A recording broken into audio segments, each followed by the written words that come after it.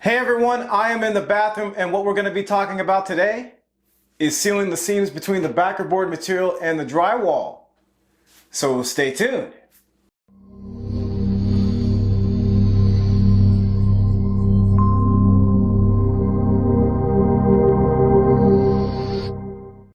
So if you're new to the channel, I just want to welcome you here and hopefully you'll consider subscribing if you like what you see. Also, check out DIY Apprentice on Instagram, Twitter, and Facebook. I post lots of pictures and videos on those platforms before I post anything on YouTube. And occasionally I'll post things on those platforms I don't post on YouTube. Also, check out the website at DIYapprentice.com. And don't forget to hit the like button if you like this video. So the backer board to drywall transition, I did not cover that in the last couple videos I did on sealing the tub surround. And I figured what I would do is walk through several scenarios and hopefully one of those scenarios will apply to your project. So, let's get into it.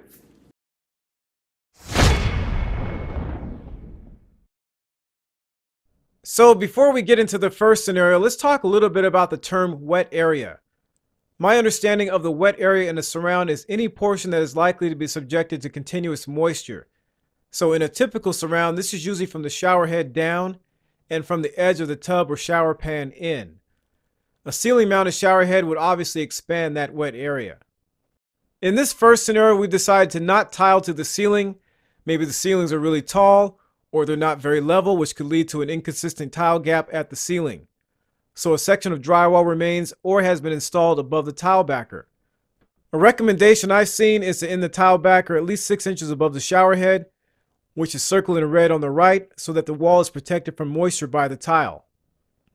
Now we're pretending that I've entered the backer material somewhere around 1.5 inches outside the tub or shower area, instead of where I actually ended it much further into the room.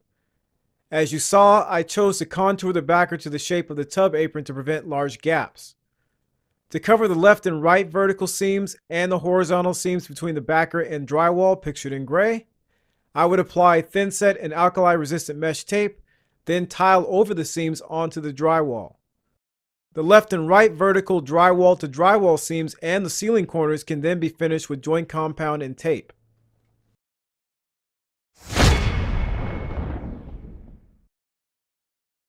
This scenario looks a lot like my installation, but we're going to once again pretend that I've ended the backer material somewhere around 1.5 inches outside the tub or shower area, and we'll be tiling to the ceiling.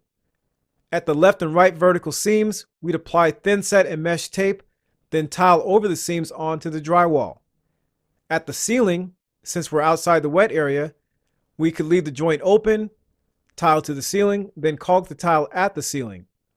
Or we could finish the joint with joint compound and tape before tiling. Some people like to apply primer over the joint compound on the wall so that the thin set bonds better, but it's a pretty small area to worry about.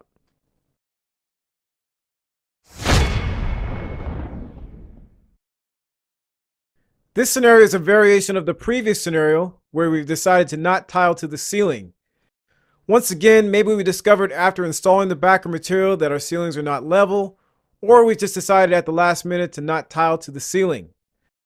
In this case, Georgia Pacific recommends skim coating non-tiled, non-wet areas of the DensShield with the setting compound before priming and painting.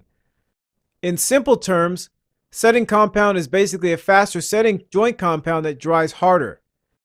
They may have drying times of anywhere from 20 minutes to up to 1.5 hours versus the 24 hours it may take a regular joint compound to dry. Joint compound and tape can be used to finish corners at the ceiling.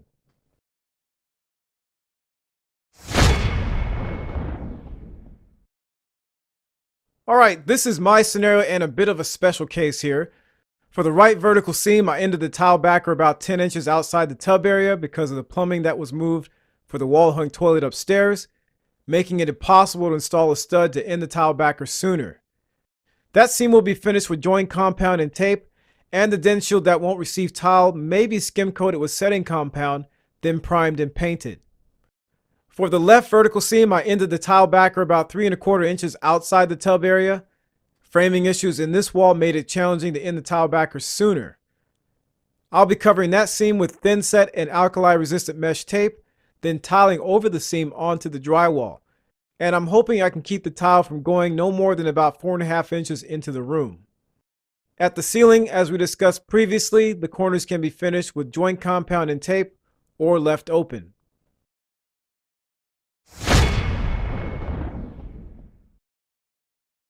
Alright, in this last scenario, we're pretending again that the backer material has ended around 1.5 inches outside the tub area on the left and the right, and we'll be tiling both the walls and the ceiling in the surround. The simple solution here is to cover all the seams and corners with thin set and mesh tape, and then tile over the seams onto the drywall. Alright, so there you have it. There is sealing the seams between the backer board material and the drywall. And hopefully this information was helpful, and thanks for watching. See links in the description below. Comment, like, share, and subscribe to the channel.